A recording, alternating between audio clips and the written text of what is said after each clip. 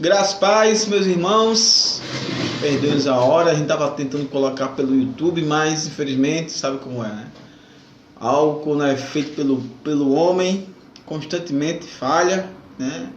E falhará. A única coisa que não falha são as coisas realmente que foram criadas pelo nosso Deus, né? Quando está a mão de Deus, realmente essa jamais falhará. Mas estamos aqui para a gente hoje falar um pouco sobre o capítulo 1 e, se der tempo, um pouco sobre, né, o capítulo 2. Mas de antemão vamos nos ater mais ao capítulo 1. Então você já vai compartilhando aí essa live com seus amigos, né, no seu próprio Facebook, nos canais aí, né, nas suas redes sociais, para que a palavra do Senhor seja, né, cada vez mais propagada. A gente que vai adentrar no último livro, né, aqui do Antigo Testamento, um livro muito importante, onde a gente vai mostrar a vocês que Malaquias não tem só, né, Malaquias 3:10, mas são 4 capítulos.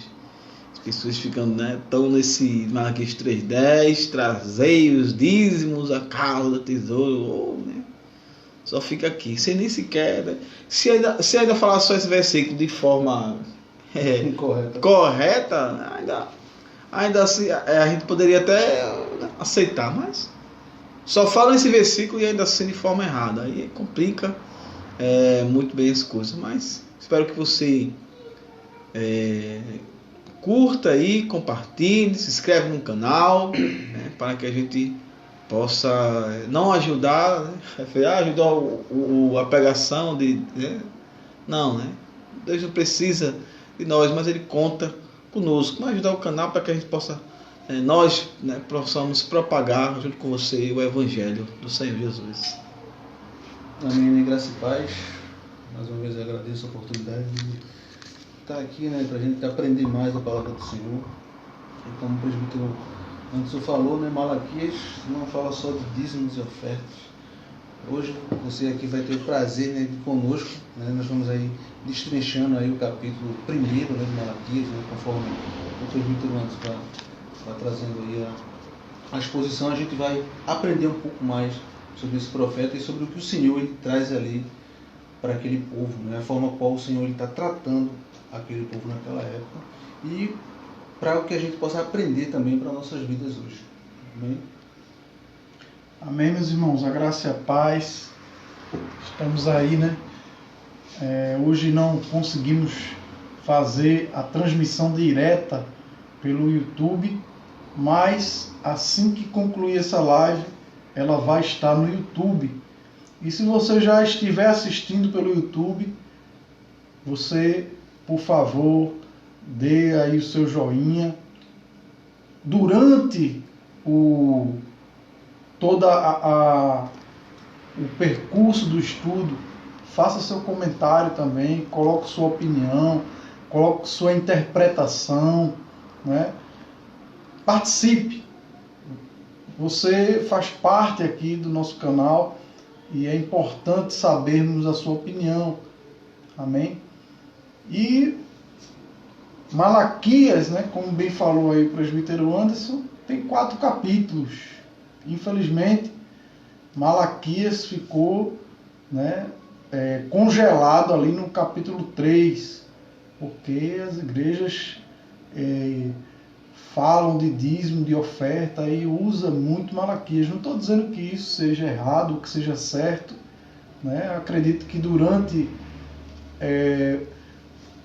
o estudo do livro de Malaquias nós vamos poder tirar algumas dúvidas, saber a relação realmente dos dízimos, das ofertas, das contribuições na casa do Senhor, né? Os extremismos, né? Tem gente que quer ser contra radicalmente o dízimo, tem gente que é a favor do dízimo, né? E há muitos extremismos nessas interpretações. E nós vamos trazer aqui um equilíbrio, não nosso, mas o equilíbrio da palavra de Deus, que a palavra de Deus ela é equilibrada. Jesus disse assim, olha, sede prudente como uma serpente, simples como uma pomba. Então é equilíbrio, o evangelho é equilíbrio. Você nem pode ser totalmente como uma serpente, como uma pomba, porque senão você vai ser lesado, enganado, as pessoas vão passar por cima de você, você vai tropeçar. Então a gente tem que ter um meio termo, um equilíbrio. O evangelho é equilíbrio, pessoal. Então nós vamos ver tudo isso aqui no decorrer desses 4 capítulos. Hoje vamos ver o capítulo 1, onde a gente vai ver coisas além, que muito não se fala em púlpito, muito não se lê em púlpito. O livro de Malaquias, como a gente já falou, é capítulo 3, versículo 9, 10, sei lá. E pouco se fala no capítulo 1, no capítulo 2, no capítulo 4. E você vai ver que o livro de Malaquias é um livro profundo, é um livro que traz muitas lições, muito além de dízimo e oferta. Muito além de dízimo e oferta. É um livro que fala de adoração, é um livro que fala de servir a Deus, é um livro que fala de muitas coisas além de especificamente dízimo e oferta. E é isso que nós vamos aprender aqui. Um abraço para a irmã Rosemary, né, que já não está aí nos acompanhando. As demais pessoas que estiverem nos acompanhando também, fiquem na paz do Senhor Jesus. Vamos aí participar e assistir em nome de Jesus. Amém, meus irmãos. Vamos orar e vamos orar também específico, né, pelo povo do Afeganistão, onde a gente está vendo toda aquela atrocidade, aquele desespero que está acontecendo. Né? Para quem não sabe, né, o porquê, né? Há muitos anos que as tropas americanas meio que, digamos, trouxe a paz, né, para aquele povo ali, onde o regime do Talibã, né, um regime extremamente cruel, que não respeita, né, essa questão de direitos sociais, né, direitos humanos não existe com eles não. Então, agora que, né, o novo presidente dos Estados Unidos aí, né, o Joe Biden, retirou as tropas americanas, então o Talibã está para assumir novamente. O povo sabe o que sofreu na mão, né, do regime Talibã, sabe como o regime é. E por isso está aquele desespero todo, né? Então você viu gente desesperada para entrar no avião, para ir embora do país, né, ao ponto de pessoas caindo, né? Algo realmente muito feio. Por quê, pessoal? Só eles sabem o que eles passaram no regime do Talibã. E existia uma certa paz, né, por enquanto que as tropas estavam lá, na época até do próprio Barack Obama, né? As tropas ele ainda flertou em tirar, mas não retirou, né? E o Biden e o Trump, né, deixou lá com as tropas, e agora o Biden vem. Então que a gente possa orar por esse povo tão sofrido, esse povo que já sabe o que passou e sabe que o que está por vir, que não é coisa boa.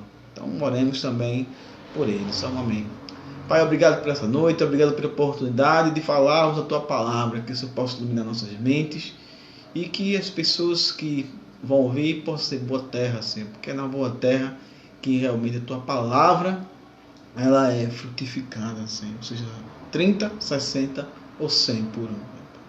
Oramos também aqui, Senhor, pelo nosso país, para que o Senhor possa realmente, meu Pai, dar sabedoria a esses nossos governantes, Senhor, que muitas vezes estão ultimamente tomando decisões voltadas para si mesmos, Senhor, sem ouvir o anseio do povo, né?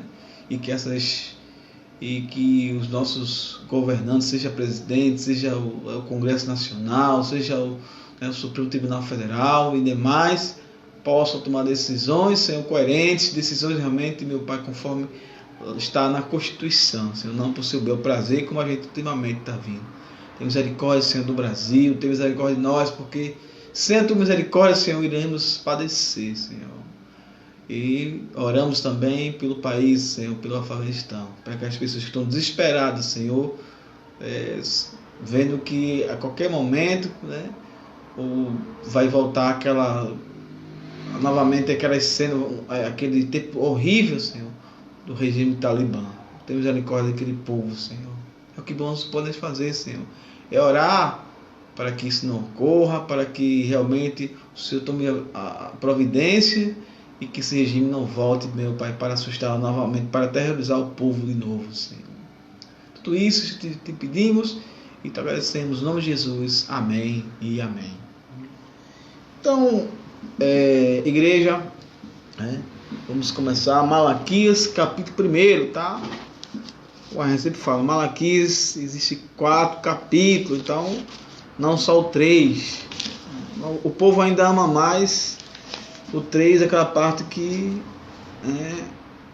fazer prova de mim, né? Vou abrir a janela de céu, qualquer coisa, eita maravilha, né? Eu não quero. Então a gente vai ver aqui, vale a pena a gente... qual o pano de fundo histórico de Malaquias? Primeiro que tem uma discussão, né, sobre a questão do nome Malaquias, que estava até conversando com o nosso irmão Jadson, né, aqui, onde existe uma linha, né, curta, né, uma linha, digamos, que para nós e para muitos comentaristas não é tão, meio que infundada, que como o nome Malaquias, quer dizer, o meu mensageiro, né, tem uma linha aí que acredita, né, várias linhas, né, tem uma linha até que acredita que o livro foi escrito por um anjo, né. Outros acreditam que o nome Malaquias, né, não é uma pessoa, mas é um título, né, o meu mensageiro. Mas isso não importa, né, como bem disse aí nosso irmão Jadson, isso não importa. O importante é a mensagem que o mensageiro de Deus trouxe, né, para o povo. Então, pegando nossa questão, a parte principal que é a mensagem, o pano de fundo, a gente sabe, aqui a gente percebe que o templo já foi construído, ou seja, é bem depois ali, né, de Ageu e também do profeta Zacarias, um tempo depois ali. Alguns falam que é 40 anos, né, falam 30, mais ou menos assim, mais ou menos também ali no tempo ali de Neemias, de Esdras também.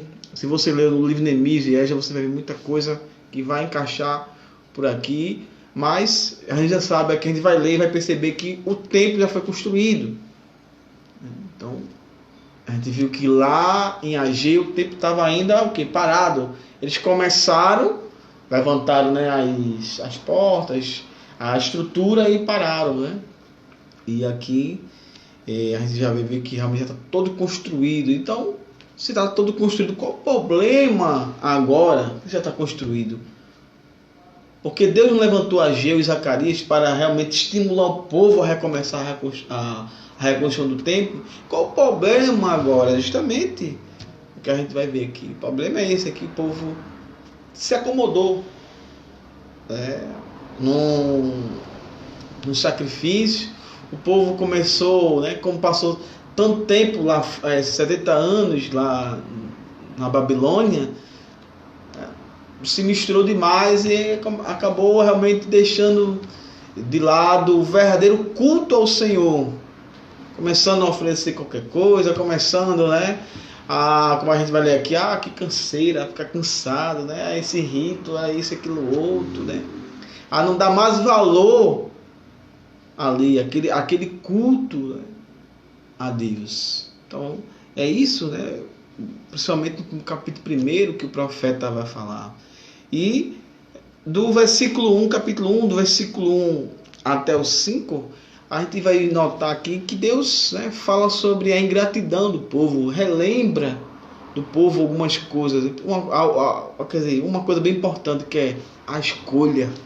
Deus escolheu e eles têm esquecido, né? Mas vamos lá, lendo fica bem melhor. Diz assim: Eis a palavra profética de Yahvé, o Senhor, contra Israel, anunciada por intermédio de Malaquias, ou seja, o significado do meu mensageiro. Eu sempre vos amei, assegura Yahvé. No entanto, vós me questionais: de que maneira nos tem amado? Ora, não era Esaú, irmão de Jacó? Relembro o Eterno.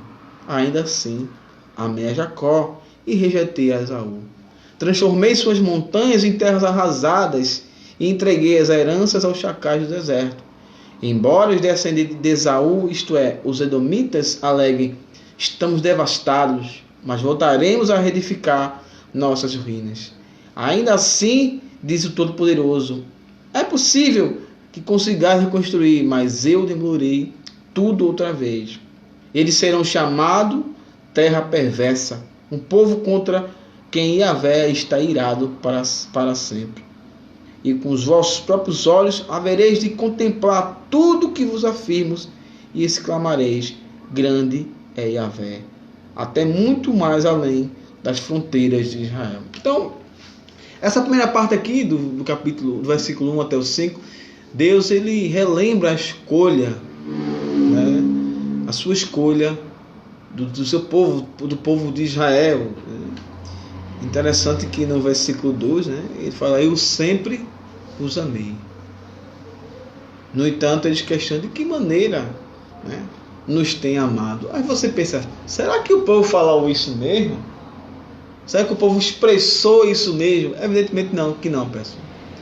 Mas Deus conhece os corações e sabe o que é que tinha no coração do povo. E por que o povo tinha essa dúvida, tinha esse questionamento deles?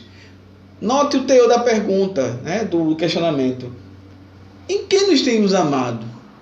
Nos deixasse 70 anos lá na Babilônia.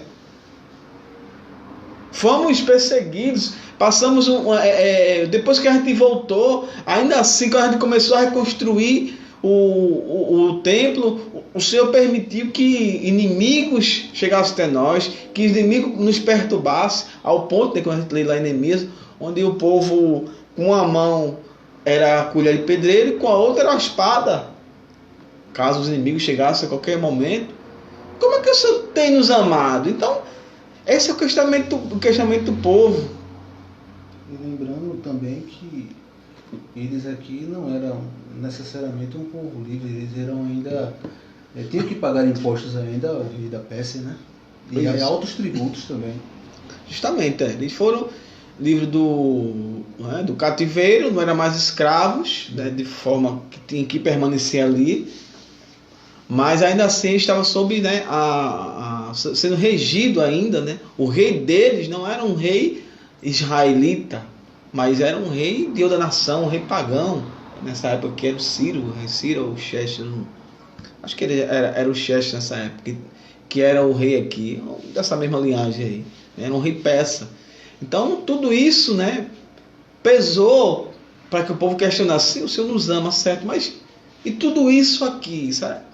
Que amor é esse? Então esse era o questionamento do povo, né? Só nos ama, mas aconteceu isso, isso e isso.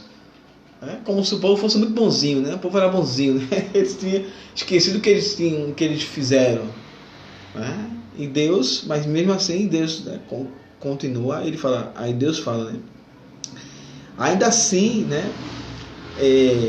Ora, não era Esaú, irmão de Jacó? Relembro o Eterno. Ainda assim eu amei Jacó e rejeitei a Esaú. Deus começa aqui, né, a falar sobre a sua escolha, a sua soberania, né, na sua escolha. É um assunto tão bem complexo e bem controverso, digamos assim, né, onde tem muita polêmica sobre essa questão da soberania divina, porque aí vem aquelas linhas mais conhecidas, né, os arminianos e os calvinistas, né, sobre essa questão da supremacia, né, da escolha de Deus. É bem claro, eu amei a Jacó e aborreci ou odiei, né, a Esaú. Eu rejeitei, né, eu rejeitei Esaú. Mas por quê? Esaú era bonzinho. O que foi que Esaú fez para que Deus... se você ler lá em Gênesis, lá quando ele começa antes mesmo do guisado, às vezes a pessoa vê a parte do guisado e diz: Jacó enganou a Esaú. Não, Jacó enganou a Isaac, isso foi. Mas Esaú não, Esaú disse: pouco me importa de primogenitura. Ou seja, ele rejeitou a Deus. Como é que Deus iria ainda amar essa pessoa que desprezou a sua bênção, que desprezou a primogenitura. Então, teve danos sérios, consequências seríssimas, que até hoje, né, o povo edomita sumiu do mapa. Sumiu. O direito de primogenitura naquela época É do mais velho. era praticamente que como um testamento, né? Era um direito de herança. Então ele herdava do pai bens materiais e as bênçãos espirituais. Então, rejeitar o direito da primogenitura é rejeitar o próprio Deus. Ele estava rejeitando Deus ali. E eu quero lá saber de primogenitura, que ele encher minha barriga. Veja, por uma coisa tão banal, né? Ele trocou a bênção de Deus, a graça de Deus, a presença de Deus, o direito de levar o nome, né, da família ali, aquela família que Deus escolheu. Então veja, até hoje, né, os israelitas eles dizem Abraão, Isaac e Jacó. Nem Esaú, outro não lembro. Então, se Esaú não tivesse ali, né, hipoteticamente, porque a gente sabe que Deus... Não, Deus escolheu Jacó desde o ventre. Exato, mas assim, né, de uma certa forma, a gente pode dizer que se Esaú não rejeitasse a primogenitura, seria ali o Deus de Abraão, Isaac e Esaú, né? E agora não, é o Deus de Abraão, Isaac e Jacó. Então veja, então tudo isso ele jogou fora, né? O direito de perpetuar ali o nome da família de Deus, o direito da bênção de Deus, o direito dos bens, das heranças do Pai, tudo isso ele jogou fora. Essa questão da soberania divina é algo que eu acredito que para mim é simples. Para mim eu acredito que já seja simples. É uma questão de porque a gente sabe que o povo, depois que Adão pecou, toda a humanidade foi fadada ao quê? À morte, ao inferno, porque escolheu a morte em vez da vida. Deus ofereceu a vida, né? Então, ali em Adão morreu toda a humanidade, estava morta toda a humanidade. E Deus, né, por isso que diz, eu sempre vos amei. Deus, no seu infinito amor por nós, né? Aquele povo que já estava indo diretamente para a morte eterna, Deus ali pegou um povo para si, daqueles que já estavam perdidos, que iam se perder de qualquer jeito, e Deus ali, na sua soberania, escolheu aquele ali. Então, claro, quando você coloca essa, como é que isso é fácil, Anderson, né? Entender uma coisa dessa? Quando você entender que Deus é Deus e não tem realmente, como é aquela palavrinha de nos dar a saber, direito não, favor, esqueci agora a palavra. Deus não nos deve nada, né? Isso, pronto, não deve dizer, olha, eu escolhi esse povo por causa disso, aquilo, outro. Não, Deus simplesmente escolheu porque Ele amou. O povo já estava perdido. Entendam, meus amados? O povo estava perdido. Então, desses perdidos, Deus salvou. Porque Ele não quis. Não salvou a todos, porque Ele é Deus, Ele é soberano. Eu não vou entrar nessa seara aí, porque Ele não salvou a todos e tal. Ele é soberano, Ele sabe por que Ele fez isso. E por que não deixou todos se perderem? Justamente. Já que todos foram destituídos da glória de Deus. Todos pecaram. Todos são merecedores do inferno. Deus poderia ter deixado todos se perderem. E as pessoas não olham para isso. O amor de Deus. Deus poderia deixar que todo mundo fosse morrer, e dali Ele fazia, se Ele quisesse, Ele fazia deu um cortezinho aqui, mas já estamos de volta. Então, como estava dizendo aqui o pastor, Deus podia deixar que todos se perdessem, mas não. amou, né? E salvou ali, escolheu para si um povo. E as pessoas olham mais, porque Deus podia salvar todos. Claro que ele podia, né? Ele podia, só que ele não quis, ele é soberano, ele sabe o porquê. Será que esses todos realmente queriam Deus? Esaú não queria Deus. E Esaú nasceu de Jacó, né? Um dos filhos da promessa ali, um dos patriarcas de Jacó, não, de Isaac, de Jacó, de Isaac, e aí, filho de Abraão. O seu avô simplesmente nada mais nada menos que Abraão, o pai da fé. E ainda assim Deus rejeitou Esaú, porque conhecia o coração de Esaú, sabia quem ia ser Esaú, que Deus é soberano e sabe, meus irmãos. Então por isso que ele escolheu um povo para si. E aqui ele faz dando esse exemplo, olha, eu podia ter acabado com vocês, ter permitido que Nabucodonosor, que os outros reis destruíssem vocês, e como outras nações que não existem mais, que foram apagadas do mapa. Mas eu vos amei, eu escolhi que vocês vivessem. Então Deus começa a lembrar, né? Olha, ô povo ingrato, eu podia deixar que vocês morressem, mas eu escolhi vocês. Por isso que vocês passaram 70 anos lá e ainda assim estão aqui. Por isso que vocês passaram muitos anos sendo invadidos, isso, aquilo, outro, passando por vários problemas, mas vocês estão aqui de pé, porque eu vos amei. É isso que Deus está falando para ele. Vocês são um povo ingrato. E vocês vai perguntar, e quem vos temos amado? Eu não permiti que vocês morressem, que a descendência de vocês sumisse do mapa. E vocês estão aí um povo forte, um povo que, com todo sofrimento, com tudo que passou, está de pé. É isso que Deus está lembrando aqui, esse povo ingrato ao seu povo, da escolha dele. Podia rejeitar a todos, mas ele disse, não, eu vos amei, eu vos escolhi.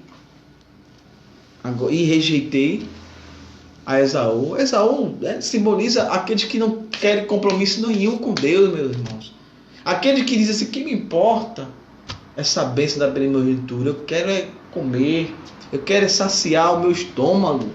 Isso é o mais importante. Então, Esaú simboliza essas pessoas que não querem compromisso nenhum com Deus. E o povo, e Deus, eu vos escolhi. Aqui também é interessante dizer, né, que quando ele diz assim, né, que o povo questiona Deus, né, de que maneira você tem nos amado? O povo questiona Deus. E Deus responde com essa alegação, falando sobre Esaú e Jacó.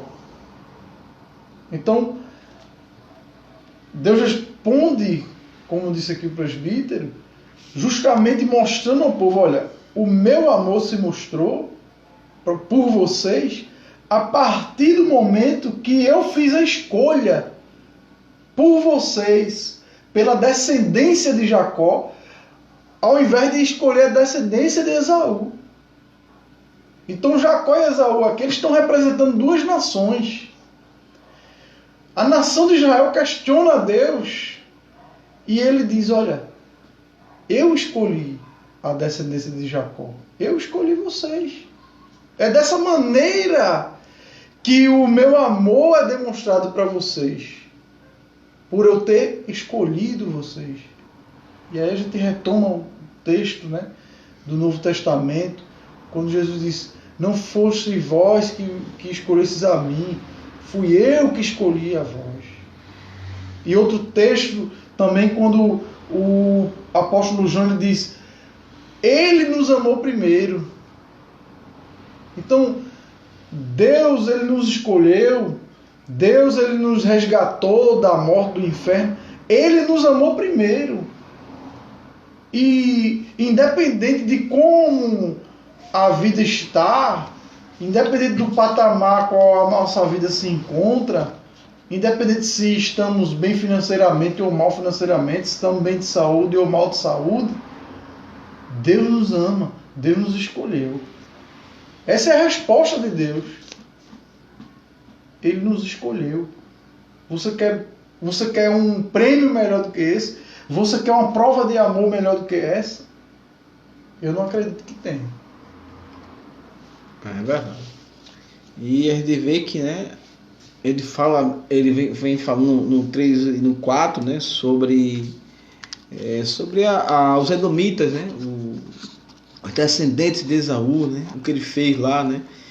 E no versículo 4 você vê a arrogância do povo edomita, né, que eles chegam ao ponto de dizer, ó, estamos devastados, mas voltaremos a reedificar nossas ruínas. Então, voltaremos à arrogância. Deus disse lá, né? Lá no Gênesis, né? Lá em Gênesis, ao próprio Esaú ali, né, que tinha rejeitado ele. E aqui os seus descendentes estão. Independentemente se Deus vai permitir ou não, iremos, né, reconstruir das ruínas. Veja que soberba, que arrogância desse povo, né? Deus vai reconstruir. Deus quer ou não, a gente vai. Deus disse, olha, vocês podem até construir, né? Mas eu vou demolir de novo. O trabalho de vocês vão ser em vão, porque eu entreguei a herança de Esaú, entreguei as raposas, aos chacais do deserto.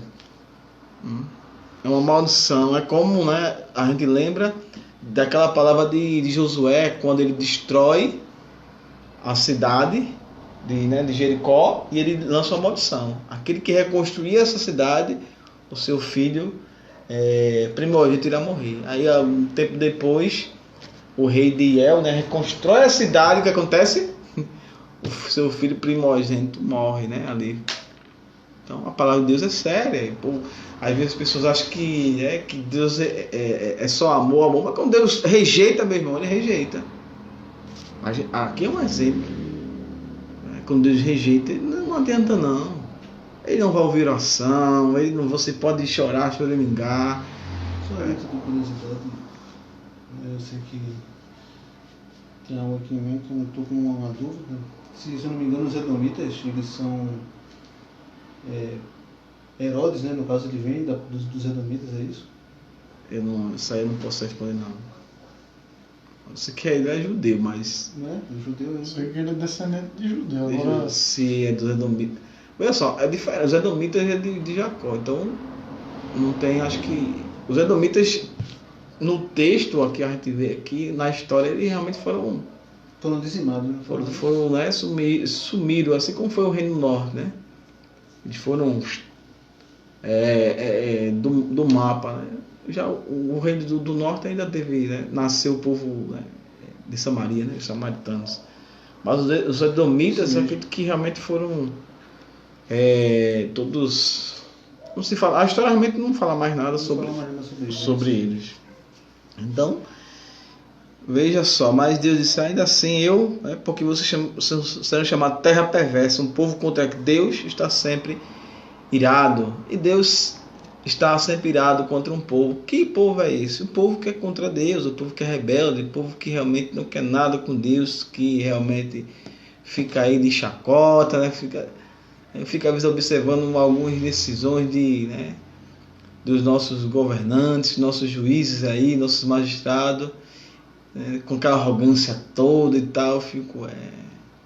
Chegará um dia que vocês vão se dobrar, querendo ou não, onde um segundo ali no inferno, no lago de fogo, posteriormente, vocês vão se arrepender amargamente de toda a arrogância que vocês viveram no mundo. Por isso, meu irmão, não esteja queira não estar, não esteja, né, mas essa não é a palavra, queira não estar nesse rol dos rejeitados por Deus, daqueles que, como escreve o apóstolo João em Apocalipse, e os que não foram achados no livro da vida foram lançados no lago de fogo, né, com o diabo, o inferno e seus anjos. Então Deus também rejeita, tá, pessoal? Deus ama, teve um plano de salvação chamado Jesus Cristo, enviando seu filho Jesus Cristo, mas ele também rejeita. Então cuidado. Assim como se Deus rejeitou Esaú, filho de Isaac, neto de Abraão, quanto mais eu, que não chego nem perto dele, a lei de descendente disso daí, né? Não, pela fé sou descendente, né? Pela fé. Receba a bênção através de Abraão pela fé, como o próprio Deus profetizou ali, né? Para o próprio Abraão. Então, se Deus rejeitou Esaú, que era neto, simplesmente neto do pai da fé, do seu escolhido, daquele amigo, né? Do amigo, né? De Deus ali. Então, pensamos nós, cuidado, meu irmão, para você não querer se achar alguma coisa e tal. E lembre-se que de quem já foi rejeitado, né? Se até o neto de um escolhido dele foi rejeitado, quanto mais eu, se eu não realmente não recebeu, né? não acreditar no sacrifício de Cristo por mim. No versículo 5 ele, né, só faz confirmar dizendo que e com os vossos próprios olhos vocês vão contemplar tudo isso, né, que vos afirmo, e exclamarei, vocês vão exclamar, né? Grande é o Senhor, até mesmo além das fronteiras de Israel. Então, o nome de aqui Deus já está falando sobre realmente algo, né, futuro, onde o povo realmente vai ver que Deus não é só Deus de Israel. Então, do verso 6 até o verso 14, a gente vai ver, né, ler o porquê Deus não está recebendo os sacrifícios. Por quê? O que é que o povo está fazendo que Deus está tão indignado, que Deus está tão realmente irado com o povo dele? É o ponto de novamente levantar outro profeta para consertar, né, trazer o conserto para eles. Diz assim: ora, o filho deve honrar o pai e o servo o seu senhor. Se eu sou o pai, onde está a minha honra que me é devida? Se eu sou o senhor e mestre, onde está o temor, o respeito reverente que me é devido? Questiona o Senhor dos Exércitos a vós, sacerdotes. Ora, sois vós que desprezam o meu nome. Então, o povo, aqui Deus aqui faz essa, né, diretamente aqui aos sacerdotes. Olha, vocês dizem que eu sou o Senhor de vocês, que eu sou o Pai, que eu sou o Mestre, mas onde é que está a minha honra? Onde é que está o respeito de vocês por mim? Porque isso não é o que está acontecendo. Mas na frente Deus vai explicar o porquê é que Deus está acusando os profetas e também justamente o povo da falta de respeito, da falta de honra. Porque Deus está alegando essa falta de respeito, essa falta de desonra, tanto dos sacerdotes, né, quanto do povo. Ele vai falar. É interessante que é um livro de diálogo, né? E o povo começa ali perguntando, questionando a Deus, e agora é Deus que está questionando o povo, né? Porque o povo questiona a Deus: olha, como é que o Senhor nos ama? E Deus poderia nem responder. Mas Deus é tão misericordioso, tão amoroso, que Ele ainda responde. Quando Ele quer, porque Ele é soberano, Ele faz o que Ele quer. E Ele respondeu ao povo, e agora Ele devolve para o povo uma pergunta, né? Se eu sou o pai, se eu sou o mestre, cadê o respeito? Cadê a honra? Cadê?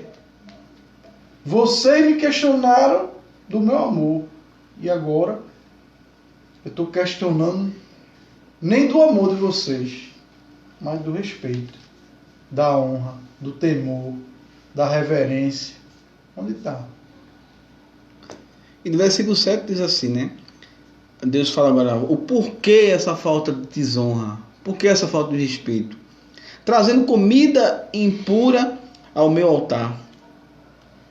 E ainda assim indagam: de que maneira te desonramos?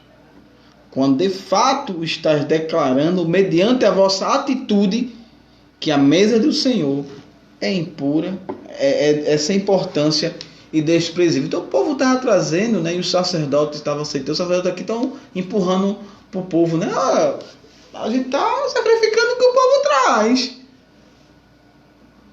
Mas ele vai entrar, né, propriamente nos sacerdotes. A gente está trazendo o que o povo, né, sacrificando. Onde é que a gente está desonrando? Que desonra é essa? Ele disse: olha, quando vocês aceitam sacrifício, quando esse povo traz aqui é uma faca de dois gumes, é para o sacerdote e para o próprio povo aqui. Com essa atitude, vocês estão dizendo que a mesa do Senhor é desprezível e sem importância. Relembrando o que disse Esaú sobre a primogenitura. De que o que é que... Eu estou com fome. O que é que a primogenitura vai me ajudar nessa hora de fome? É que o povo está fazendo aqui a mesma atitude de Esaú. Trazendo alimento, como falou aqui, né? Trazendo comida impura ao meu altar. E vós perguntam, de que maneira ainda? Por causa disso. Quando vocês fazem essa tal atitude, vocês estão me desonrando. Estão dizendo que o meu altar não tem importância. Faz de qualquer jeito. Ele vai aceitar. É isso aí que tem para hoje. Empurra qualquer coisa. Vamos lá. Vamos seguir esse rito aqui já. Então, essa atitude estava, né, trazendo a ira de Deus sobre o seu povo. E continua. Quando ofereceis em sacrifício um animal cego, isso não é errado? E quando ofereceis animais aleijados ou doentes, isso também não é errado? Ora, vai e apresenta o vosso governador humano.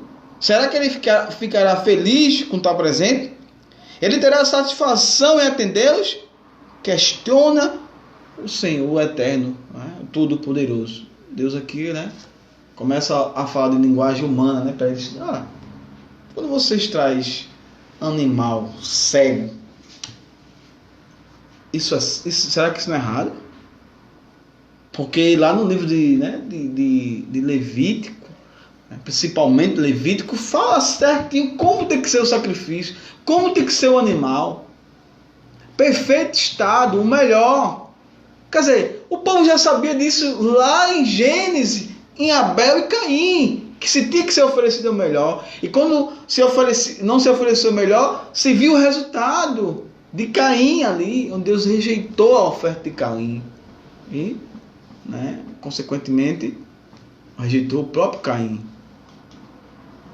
Então, aqui Deus diz, olha, quando vocês trazem animal cego, será que isso não é errado? Quando oferecer animais aleijados ou doentes, isso também não é errado? Aí ele faz algum comparativo, olha, ofereça lá ao seu governador humano. Quem era o governador? Na época era na Pérsia, né? O rei era o rei da Pérsia, né? Ele estava ainda sendo regido pelo rei da Pérsia. Então oferece para eles lá, vê se eles vão aceitar. Questiona o Senhor, vê se eles vão ter prazer em atender eles. Será um animal cego, um animal doente? Será? E ele continua, né? Versículo 8: suplicai, pois agora mesmo, suplicai, pois agora mesmo, graça e favor de Deus, para que tenha compaixão de nós. Com esse tipo de oferta, será que ele vos atenderá? Indaga-se os exércitos. Ou seja, aqui o profeta diz, olha, peça a Deus misericórdia, ore para que Deus perdoe você, para que Deus derrame sua graça e seu favor. Mas a pergunta mais importante é, será que Deus vai atender vocês? Será que Deus vai ouvir vocês? Será que os favores de vocês vão ser atendidos por Deus? Porque vocês estão oferecendo coisa impura, animal cego, animal doente, aleijado, de qualquer jeito. Será que Deus vai ouvir vocês? Isso é uma reflexão que a gente tem que ter também, meus irmãos. Será que Deus vai me ouvir? Será que realmente eu vou conseguir adquirir algo que eu almejo? Se eu estou oferecendo a Deus qualquer coisa, oferecendo a Deus animal cego, animal doente. Porque, meus irmãos, ainda hoje, essa questão desse culto aqui é de forma espiritual. Ainda existe essa questão aqui. Mas, claro, de forma espiritual, não como antes lá, aquele sacrifício todo, aquele verdadeiro açougue que era. Tudo ritualístico. Não existe mais essa questão, né? Ritual, mas isso é algo espiritual que ainda tem nos nossos corações. Essa questão de adorar o Espírito de verdade, de oferecer realmente, não nos oferecer a Deus cego, manco, doente. Como é que é isso, Anderson? Agora a gente, meu irmão, está servindo a Deus de qualquer jeito. Será que é espírito? Será que há verdade na sua adoração? Justamente, né? Até como foi uma palavra domingo, né? Foi muito boa na igreja, né? Sobre essa questão da oração. É espírito, mas de que forma? Lembre-se, meu irmão, Deus é espírito, Deus é onisciente, meu irmão. Ele sabe a forma que você pode estar lá rasgando aquela rasgação de seda. Mas Deus conhece o teu coração. Deus conhecia. O povo aqui estava seguindo a risca ali, ó. Os mesmos rituais ali, que sempre fazia ali, ó. Desde de Arão ali, ó. Seguindo. Ou seja, quem ia dizer que aquilo ali era errado? Não, o povo está aqui sacrificando. Ó, o povo levantou o templo. O que está de errado? Mas Deus sabia o que estava de errado. Era a intenção, era a forma. Muitas vezes você está numa igreja, aí você está 15, 20 anos, 10 anos, você faz parte de louvor, você é um pregador, uma pregadora, você é isso, aquilo, outro na igreja, mas ainda assim você pode estar lá oferecendo um animal cego. Você pode estar, né, com a melhor das intenções. Né? Porque às vezes o que acontece é que a pessoa tem a sinceridade, mas às vezes acontece isso aí. O povo ali estava sendo sincero em entregar aquilo que eles tinham ali, mas entregavam de todo jeito.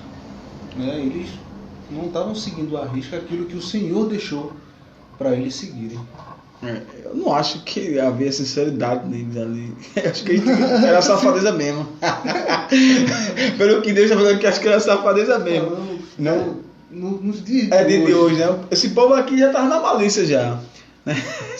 Empurrando, porque, meu irmão, o povo de Israel era um povo, né, que vivia da agricultura, né, era um povo que criava animais, e então para eles oferecer um animal bom, perfeito, que eles podiam pegar um bom dinheiro, que eles podiam realmente tirar um lucro ali, e oferecer, porque Deus queria oferecer, era complicado.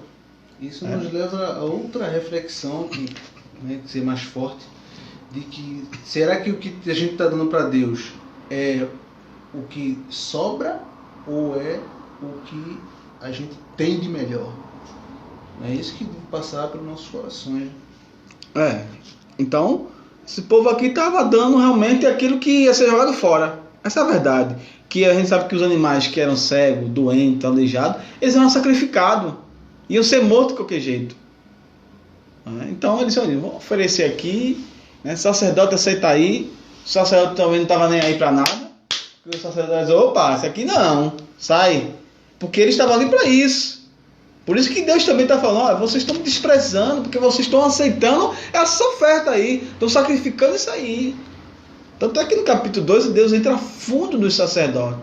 No próprio versículo 1, justamente, mas no capítulo 2 ele entra profundo, né?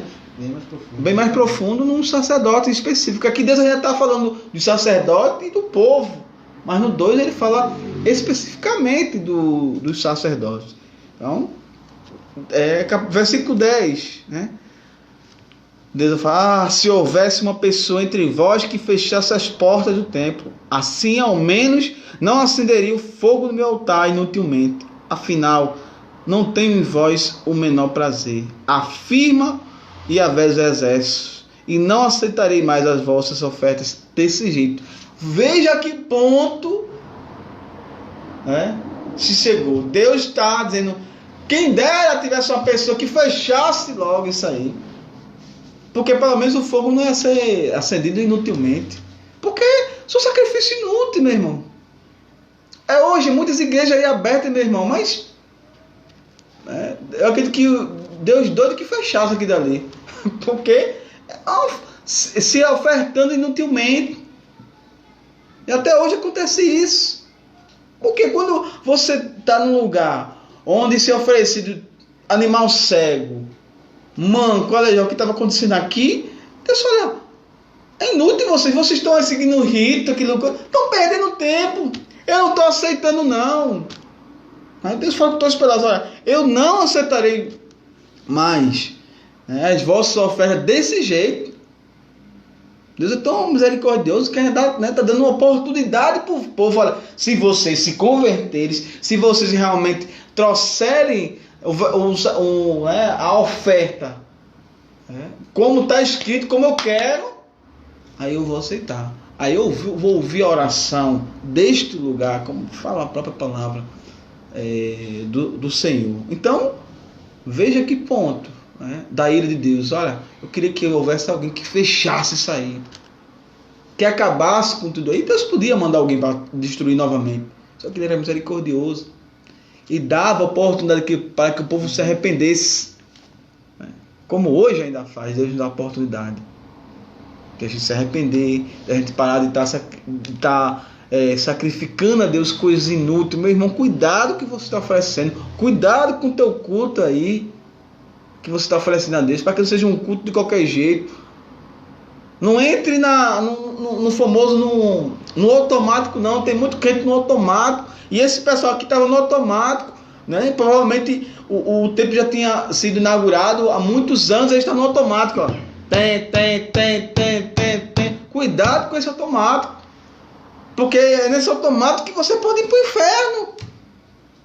E Deus, assim como ele está falando para o povo, ele está falando para mim e para você. Desse jeito eu não vou aceitar. Reflita na sua mente, reflita no seu caminhar, reflita o que você está fazendo, reflita o que você está oferecendo, porque desse jeito Deus não vai aceitar a nossa oferta.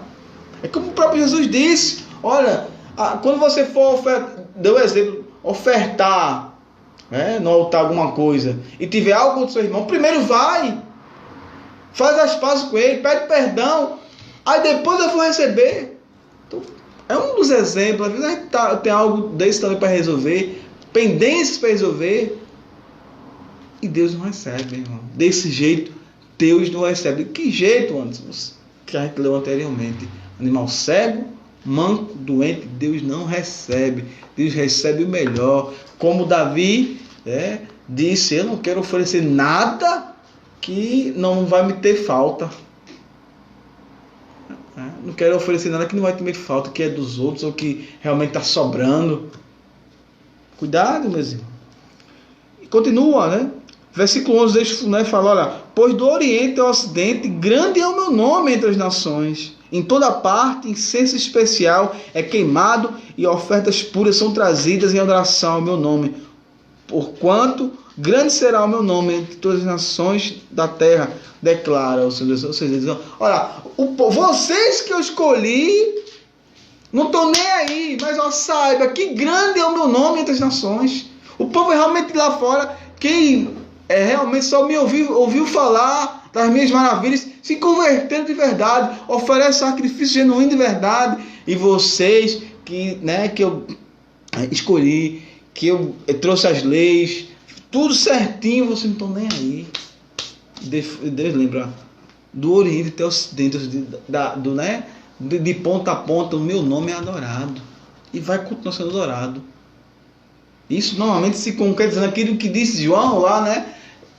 Capítulo 1, versículo acho que é 12: veio para os seus, mas os seus não o receberam, mas todo aquele que o recebeu, deu-lhes o direito de ser chamado filho de Deus. E é isso que aconteceu com o povo judeu. Versículo 12: mas vós profanais o meu nome quando dizeis: a mesa de Deus é impura e o seu alimento é desprezível. E ainda murmurais: que canseira. E zombais do cerimonial. Acusa o Senhor dos Exércitos. Quando traziam uma oferta de animais roubados, aleijados, doentes, e ofereceis isso em sacrifício, imaginai mesmo que eu deveria aceitá-los de suas mãos? Questiona o Senhor. Então, Deus vai aprofundando o que ele tem tá contra o povo. Até animal roubado, ele estava roubando, estava oferecendo, claro, né? Não é dele, não é meu. O melhor, vou roubar a ovelha aqui de Jadson e vou oferecer, não é meu mesmo. Então, veja que ponto. Vocês estão desprezando meu nome. Estão profanando meu nome, enquanto as outras nações que realmente não têm essa comunhão comigo que vocês têm, que não me viam realmente assim, né? Ali, como abrir o mar vermelho, com todas aquelas maravilhas, eles só ouviram falar, eles creram. E vocês que me conhecem realmente, vocês que viram de perto os meus milagres, estão profanando e murmurando. Que canseira, né? Zombando da cerimônia. Então, note como é que estava. O povo custou tanto a levantar, Que quando levantou, começou a oferecer de qualquer jeito, começou a ter canseira, aí tá, tem que ir mesmo, eu vou lá. A zombar da cerimônia, é dessa forma, é desse, aquilo outro e tal. Deus fala, vocês estão profanando o meu nome. Enquanto as outras nações estão me adorando, vocês estão profanando. E vocês acham que vão receber mesmo esse sacrifício? Vocês são tão cara de pau, vocês são tão realmente... tem uma palavrinha que agora eu esqueci, que acham mesmo que eu vou aceitar isso? E para fechar o versículo 14: maldito seja o enganador que, tendo no rebanho um macho sem defeito, promete oferecê-lo, mas acaba sacrificando para mim um animal defeituoso ou doente. Adverte os seus exércitos, pois eu sou o grande rei, e meu nome deve ser temido entre todas as nações. Então esse povo estava profanando o nome do Senhor.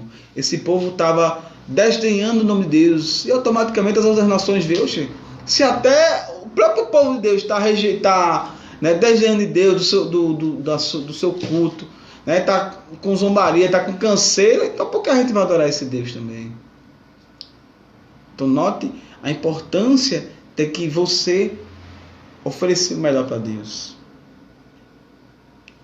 A importância de você realmente ser um verdadeiro crente, meu irmão, minha irmã. Porque ser crente da igreja é muito fácil. Mas lá fora, muitas vezes a gente está profanando o nome do Senhor. Na igreja é o irmão fulano. Lá fora, só Deus nos acuda. E hoje, além de tudo isso, muitas pessoas profanando o culto, Muitas pessoas fazendo do culto aquilo que Deus não declarou na sua palavra, trazendo coisas para o culto que são pagãs. Então tudo isso está profanando o culto, além de muitos apresentar um culto a Deus, na verdade, como um show, como uma apresentação, E o culto é para Deus e não para as pessoas. Eu lembro que certa vez, quando a gente estava iniciando, alguém queria que eu abrisse para colocar muita gente no louvor e tal, para que ficasse ali chamativo, porque as pessoas gostam de louvor.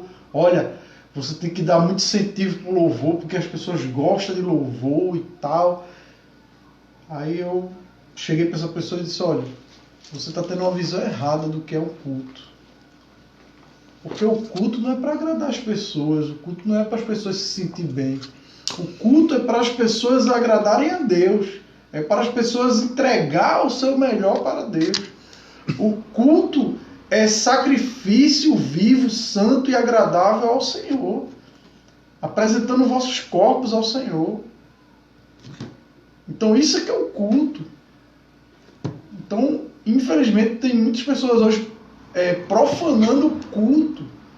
Da mesma forma que eles estavam profanando aqui o culto, porque eles estavam fazendo de todo jeito. Eles estavam fazendo como batendo um ponto ali numa tradição. Essa tradição da minha família de levar o animal, eu vou lá, eu levo o animal e pronto. Como se aquilo não representasse nada, onde aquele animal ali representava o sacrifício do Filho de Deus que viria pelo pecado da humanidade.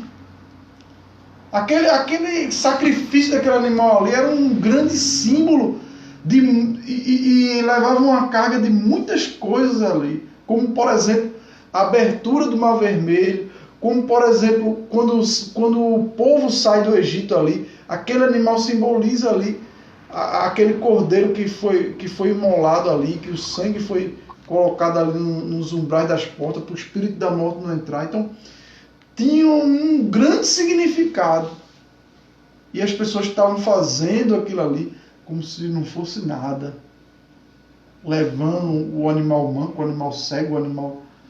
E hoje também as pessoas estão levando o animal manco, o animal cego, porque as pessoas estão apresentando a Deus de todo jeito e não estão entendendo o que é o culto.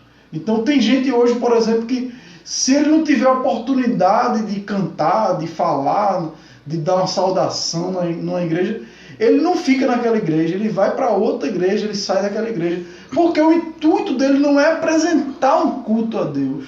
O intuito dele é se apresentar. E quando o intuito dele é se apresentar, ele deixa de apresentar o culto a Deus e ele profana o culto do Senhor. Então isso a gente vê. Muitas pessoas que já passaram, né, pela igreja da gente, por exemplo, que não tiveram oportunidade ali de cantar, de estar no púlpito, de estar isso, aquilo outro, e saíram com pouco tempo ali, quando viram que não ia ter aquela oportunidade que queria, saiu da igreja, porque o interesse não é louvar, o interesse não é cultuar, o interesse não é oferecer a Deus, o interesse é se mostrar, o interesse é se apresentar, o interesse é se autopromover. E tem muitas pessoas se promovendo, né? Infelizmente. Então, o que esse livro e o que esse capítulo, especialmente, ele vem ali nos mostrando, também, além de tantas coisas que já foram faladas aqui, mas o que ele vem também falando para a gente é o sentido real do culto. É o retorno ao sentido verdadeiro, real do culto. O culto oferecido a Deus. Os sacrifícios oferecidos a Deus. O louvor oferecido a Deus. As orações oferecidas a Deus. As suas ofertas, suas contribuições oferecidas a Deus. De todo o vosso coração. E não era o que estava acontecendo aqui. E muitas vezes também não é o que está acontecendo hoje. Verdade. E, né, Deus fecha essa primeira parte aqui, né, do capítulo 14. Né, maldito seja o enganador, que promete oferecer, ou seja, veja a que ponto, né? Maldito é o enganador. Então muitas vezes a gente está achando que, né, eu vou de qualquer jeito, vou entregar isso, aquilo, outro. Deus conhece os corações, meus irmãos. Que a gente possa, assim como a parte principal desse capítulo primeiro, né, que trabalha na questão da volta, como disse aqui o pastor, né, da volta realmente da origem do culto, do verdadeiro culto, de como se deve cultuar, o que se deve oferecer, de que forma se deve oferecer, é o que Deus está tratando com o seu povo aqui, né? Que tem que ser um culto, tem que ter respeito, tem que ter honra, né? Tem que ter sacrifício perfeito, mas nós não somos imperfeitos, meu irmão. Não estou falando do corpo da pessoa, a gente não somos perfeitos, não é isso. Mas é o culto que agrada a Deus, é o culto que tem respeito a Ele, que tem honra. O culto onde realmente se é sacrificado, ou seja, né, o perfeito, qual foi o único, vamos dar uma linguagem mais cristocêntrica ali, que foi sacrificado, né? Qual foi o cordeiro que foi sacrificado ali, né? Espiritualmente falando, Jesus Cristo. O único sem defeito. Um sangue tinha que ser derramado para que aplacasse assim a ira de Deus sobre alguns, não sobre todos, que nem todos querem o sacrifício de Cristo. E o sacrifício de Cristo, o único perfeito, esse sim foi derramado. Ou seja, o culto tem que ter honra, respeito a Deus e pregação cristocêntrica, que é onde é o sacrifício ali. E você também ir cultuar, como bem disse o pastor aqui, sabendo, de forma bíblica, de forma realmente não querer se apresentar, querer se mostrar, porque hoje é isso, né? É uma palhaçada hoje em dia. Como bem disse o pastor, se fulano não tem oportunidade, ele vai para outro lugar, ele vai para lugar que tem oportunidade. E eu fico agoniado com essa igreja que é tanta oportunidade, grupo tal. E quando vai a pregação da palavra, que é a parte mais importante, que é onde Cristo vai ser pregado, que é a palavra que vai salvar, que vai curar, que o Cristo, realmente o sacrifício perfeito vai ser ali pregado, não se tem. Então, meus irmãos, que a gente possa... A aplicação principal desse capítulo 1 aqui é o verdadeiro culto que a gente quer adorar a Deus. Cultuar Ele. Você vai para a igreja para cultuar Ele. Não para ver um louvor muito bonito, não para ver, né, para se apresentar ou para pregar. Se você não tem essa oportunidade, meu irmão, isso aí, olha, se você tiver o chamado, vai acontecer. Mas procurar isso é o que não pode, é o que não dá, é o que o povo está acontecendo hoje. O povo está procurando uma oportunidade. Então, cuidado você aí, pastor, né? Abrindo muito sua igreja para louvor, uma igreja para oportunidade, para ter jeito. E tem pastor aí que acaba chegar lá e diz um aleluia, amém, e já quer levantar o cara alguma coisa. E não é assim, para atrair o povo, né? Fazer parte da igreja onde o pastor segurava as pessoas por cargo, com isso, tu é isso, aquilo outro, era de jeito disso, de jeito daquilo outro. A igreja parecia um ministério na época do governo PT, era 40 ministérios quase, né? Para poder segurar o povo. Só de diácono. Diácono não, foi levado tanto diácono que eu pensava que ia ter mais diácono do que gente na igreja, né? Então para você ver como foi a coisa. Então, né, poucos daquela safra ficaram, acho que 1 ou 2, né? Um desses foi eu ali, naquele meio ali. Então não foi todo ruim não. Não foi todo ruim não. Mas, digamos, 99% deu um vento que foi-se embora, infelizmente. É triste, mas quanto à vida, a esperança, né? A gente ri, mas a gente ao mesmo tempo sabe que o negócio é sério, né? A gente ri porque realmente ele não entendeu, muitas vezes ele não entendeu aquela palavra quando diz assim, não a ninguém impõe as mãos precipitadamente. Eu acho que ele tirou o a ninguém, disse, a todo mundo impõe as mãos precipitadamente, saiu. Parecia, né, ali o Buda, cheio de braços. Então, meus irmãos, que a gente vai ficar semana que vem em nome de Jesus, se assim ele nos der a oportunidade, no capítulo 2, onde Deus vai entrar, né, propriamente agora, né, para cima, digamos assim, Deus agora vai com tudo para cima dos sacerdotes, né? E por que Deus vai para cima dos sacerdotes, que é muito importante isso? Mas espera aí, o povo que estava trazendo sacrifício impuro, é o povo que estava trazendo animal cego, animal aleijado, roubado, mas os sacerdotes têm muita culpa nisso, né? Muita culpa mesmo. Então, semana que vem, não perca, se assim Deus nos permitir, estaremos aqui, que a gente, né, lembre do que a gente foi falando aqui, do verdadeiro culto a Deus. Não é um culto de apresentação, é um culto onde a gente vai adorar a Ele. Amém? O pastor vai orar e vai finalizar o culto aqui. Amém, meus irmãos. Que você possa ficar com esse questionamento, né, na sua mente. Qual o culto que você está oferecendo a Deus? É o culto a Ele? Ou é um culto a você? Qual é o culto que você quer? Qual é a forma que você quer? O que você está oferecendo a Deus? Então fica com essa pergunta na tua mente. E eu creio, né, que foi muito proveitoso. Apesar, eu quero até pedir desculpa porque eu dei umas pescadas aqui, mas é porque eu realmente acordei muito cedo hoje, acordei 4 horas da manhã, não tive nem um minuto assim para dar um cochilozinho. Hoje teve umas questões aqui em casa de encanação e eu tive que ir lá dar um jeito e tal, e não tive aquele tempo para tirar aquele cochilozinho para renovar as energias, né? E estava realmente aqui já meio que esgotado, né? Mas mesmo assim, ainda refleti bastante aqui nessa palavra. E creio que você, né, que estava mais acordado do que eu, teve muito mais proveito e refletiu e pôde aprender. Agora, não basta somente você ouvir, coloque em prática na sua vida. Porque muitas vezes a gente ouve e acha que já sabe tudo e toma aquilo para fulano, essa palavra é para fulano, essa palavra é para ciclano, e nunca é para mim. Então vamos inverter isso.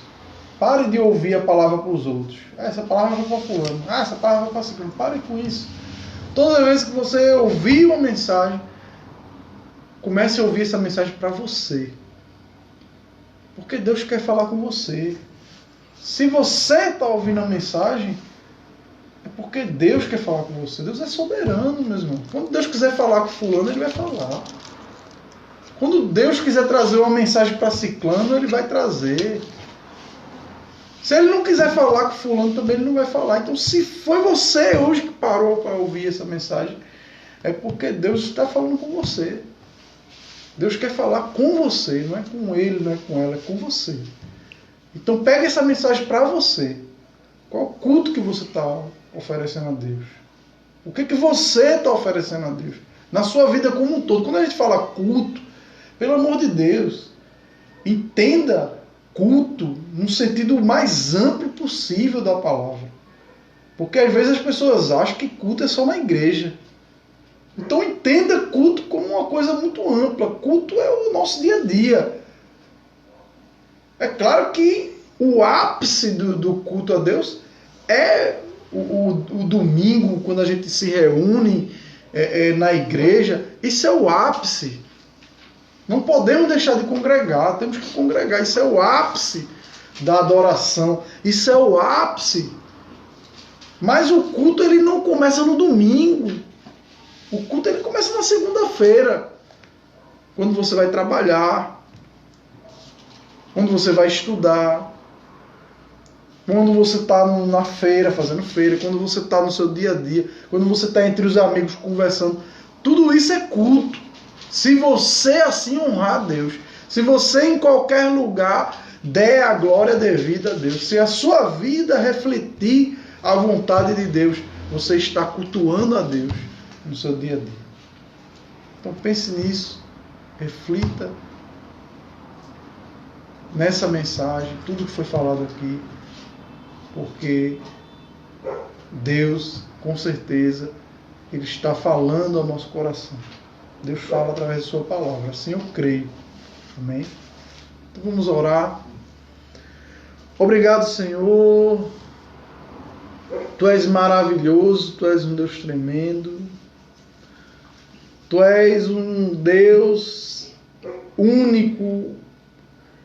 Não há outro além de Ti, Senhor. Tu és o Deus verdadeiro, o Deus que protege, o Deus que liberta, o Deus que salva, o Deus que cura. E nós cremos em Ti, Senhor. Pai, não queremos fazer como muitos estão fazendo, que estão amoldando um Deus para si. Não, Senhor. Nós queremos ser moldados por Ti. Nós queremos ser transformados por Ti, Senhor. Nós queremos ser levados, conduzidos por Ti, Senhor. Faz da nossa vida, Pai, uma verdadeira, Pai, imagem e semelhança Tua, Senhor. Que nós possamos refletir como um espelho, Senhor. Que as pessoas possam olhar para nós e enxergar a Tua luz, enxergar a Tua paz, enxergar a Tua palavra através da nossa vida, Pai. Abençoa cada irmão, cada irmã que está no seu lar, que deu ouvidos hoje a essa palavra. Quebranta os corações, Senhor, com Teu Espírito Santo. Transforma as vidas. Salva, Senhor. Salva. Nos usa, Senhor, cada dia, para que o Teu Evangelho seja pregado em tempo e fora de tempo, Senhor. Em nome de Jesus. Que o amor de Deus, a graça do nosso Senhor e Salvador Jesus Cristo, a comunhão e as divinas consolações do Espírito Santo seja sobre a tua vida e sobre a tua família, desde agora e para todo sempre. Amém. Amém.